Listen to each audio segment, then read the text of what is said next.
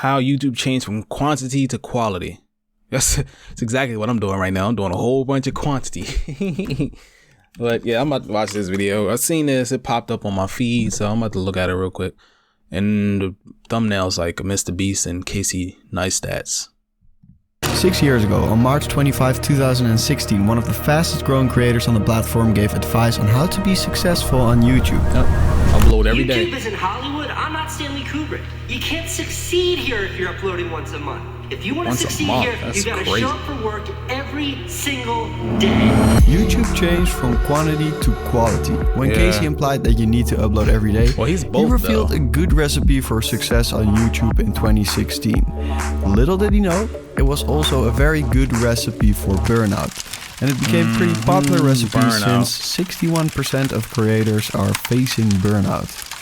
A couple years earlier, February 2012, Mr. Beast joined the platform, and instead of starting a vlog and following the advice of Casey in 2016, he obsessed over the platform. He researched the platform, he analyzed the platform for hours and hours, and he came up with his very own recipe. We were all super small YouTubers, and we basically talked every day for 1,000 days in a row and did nothing but just like hyper study. Like what makes a good video, what makes a good thumbnail, what's good pacing, like how to go viral. That's where most of my knowledge came from, is I just surround myself with these lunatics, and just every day, like we didn't do anything. We had no life. And this recipe was more improved than the 2016 Casey recipe, and it just led him to over 1 billion views in a single month. Wow. Even though both recipes have proven to be successful, there's one very remarkable difference, and that's the amount of uploads. While Casey was religious about uploading every single day, Jimmy only uploads once every 3 weeks. But when he uploads, it's something insane. Huge. The upload contains an amount of effort that is so high that it simply cannot go unnoticed. Now, what counts as a high effort YouTube video? Well, let's quickly take a look at the standards of a high effort YouTube video these days. On average, every Mr. Beast video is worked on for about 1 to 2 months, coming up with the video ID, basically brainstorming the video ID. Then 3 to 4 months working on the ID. Wow. Then a couple weeks of filming, 3 weeks of editing, and that gets us up to a total of 5 months. He's currently spending around $1.5 million on each video. And let's put that in perspective by comparing his videos to popular movies. I've got some statistics right here again. It's like a Game of Thrones episode. His videos are on average around 15 minutes long. The average movie is around 130 minutes in length. Which means for the average movie length in minutes, his budget would be around $13 million. Which means he's entering mid-level movie production budgets. And those are movies like The Grand Budapest Hotel, A Quiet Place, Knives Out. They're pretty good movies. So if we move back to the comparison of Casey versus Mr. Beast, we are actually comparing a strategy of quantity versus a strategy of quality. And you can say what you want about the style of Mr. Beast videos, whether you would like the one over the other. But in terms of YouTube, Mr. Beast is definitely using the quality strategy. And by looking at his numbers, we can definitely say that the quality strategy is a very successful one on the platform. It's a lot more money, though. Let's first find out how YouTube actually changed from quantity to quality by taking a look at YouTube in 2016. I want to say the reason I switched from quantity to quality is because of the adpocalypse back then, when advertisers were leaving YouTube, and because of so many restrictions and so many like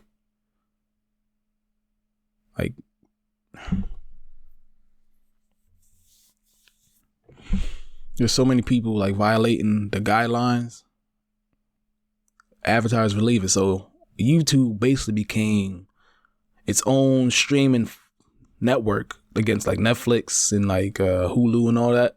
So the quality has to bump up for people to watch. So basically the watch time, the quality of watch time, the reason they're watching, if they're staying on YouTube because of your video, it basically had become that. The longer people stay on YouTube, the better for them overall. The quantity era of YouTube. It's 2016 and the fastest growing creators on the platform are either gamers or vloggers like PewDiePie, Markiplier, Casey Neistat and Roman Atwood. The key factor to their success is their ability to consistently create content on a daily basis that's entertaining. And the format of their videos allowed them to. Recording gameplay footage or vlogging about your daily life are both formats that can be created daily. And this content strategy resulted into massive amounts of growth during this period. One of the reasons that the quantity strategy became such a successful one in 2016 was that the YouTube algorithm started focusing on recency. Recency became a very important metric. And a feature that showed this focus on recency was the new icon appearing around videos. This was very good for YouTube because people would come back to the platform every single day because their favorite creators were now uploading daily. However, this was also affecting creators who weren't uploading daily and focused more on high effort videos that take more than a day to make. But I'm making this video now because I think that things have changed. And part of the reason I think that is because in 2016, my older videos started being viewed less and less. I mean, I'm talking about my greatest hits. They were going along at a steady state, getting roughly the same number of views every month. And then in 2016, they started to very steadily decline. As you can see, Veritaseum's views on older videos started dropping from 14 million a month to 1 million a month. And that's quite a significant difference. I feel like it's right now it's both. It's quality and quantity put together. While some people, like the older people that have been doing it, like Markiplier or whoever has been doing it before 2016, the quantity thing, it still works. But the quality bumps it up even more because more people want to watch it longer. So that's what they intended with the retention stuff. So right now, 5 years have passed and we're seeing a different type of creator thriving on the platform. Definitely. And none of them are uploading daily. Most of them upload once every 2 weeks. And the prime example, Mr. Beast, he even gets away with uploading once every month. But when he uploads, it's something insane. And that's what currently matters on YouTube. Quality. An explanation could be that the platform is already quite saturated. 720,000 hours of content is uploaded each day. And you're not only competing with current YouTubers, you're also competing with all of the YouTubers from the past. So to be able to stand out, you have to create something extraordinary, something worth watching, some quality. These days, creators aren't getting away with creating clickbaity thumbnails and not delivering. If you're not delivering, your videos won't be watched. I also used the quality strategy for this channel after not uploading for an entire year, and this was the result. So, according to YouTube theory from 2016-2017, your channel is basically dead if you haven't uploaded for an entire year. However, I suddenly got an email for a sponsored video, and a sponsored video means that I can put a lot more time and effort into the video, so I created, in my eyes, a very high quality video. Oh, that's cool. The result? My most popular video ever. It got 750,000 views in less than 2 months. Wow. The interesting part was when I looked at the real-time statistics right after I uploaded the video. Right after I uploaded the video, the views were quite low. I hadn't uploaded after a whole year after all. Find the audience for it. But when I paid attention to the click-through rate and watch time, those results were very promising. And after a couple of days, the views started picking up.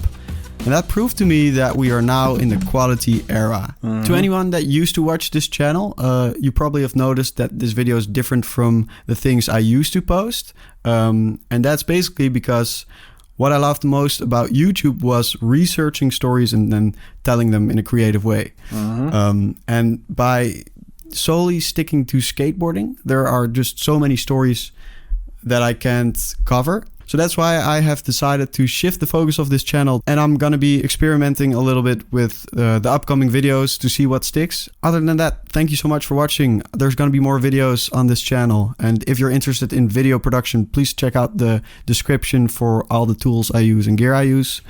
Supports this channel, supports the beginning of this new channel. Thank you so much. Do you know where your passport is right now? We'll dig it up and what's going on. Because the quality and quantity, if you can do quality and quantity at the same time, you're going to explode. But at the same time, you're going to burn out because there's a lot of hours you put in each video. And you have to do it every single day or twice, 3 times a week or something like that. That's insane. People burn out easily. And especially you burn out if you don't have any like results coming out. But yeah, man. Quantity and quality go hand in hand.